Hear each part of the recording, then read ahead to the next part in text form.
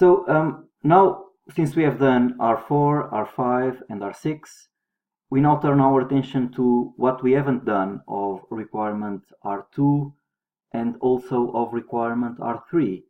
Now we need to say that the customers have unique customer numbers. Okay, and so we are going to define again another constraint in our structural model to say that, and this will be called CustIds-Unique.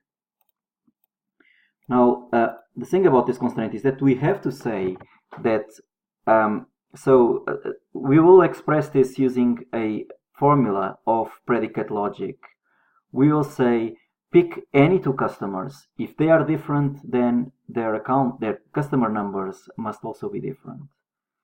And so I will start creating this assertion, and I will create what is called in VCL as a quantified formula. So I will put here a quantified formula. And I will say, well, let's have C1 and C2 of type customer,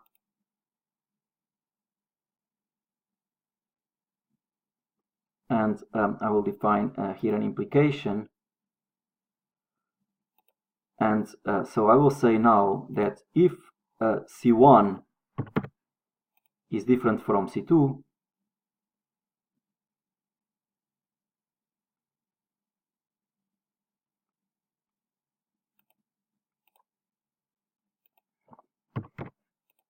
so I'll change the operator. If C1 is different from C2, then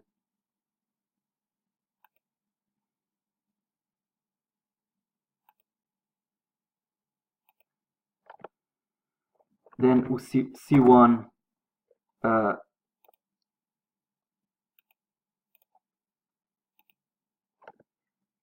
dot customer number must be different from C2 dot CNO.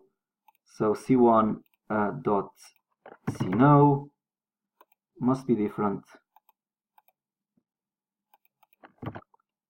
from C2.CNO. And this says that pick any two customers. For any two customers, if they are different, then their customer numbers must also be different.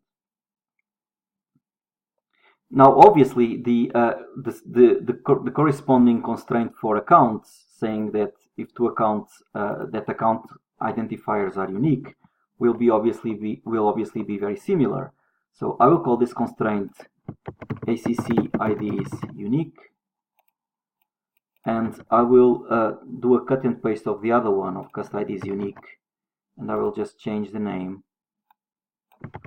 because it will retain the same structure, account IDs unique.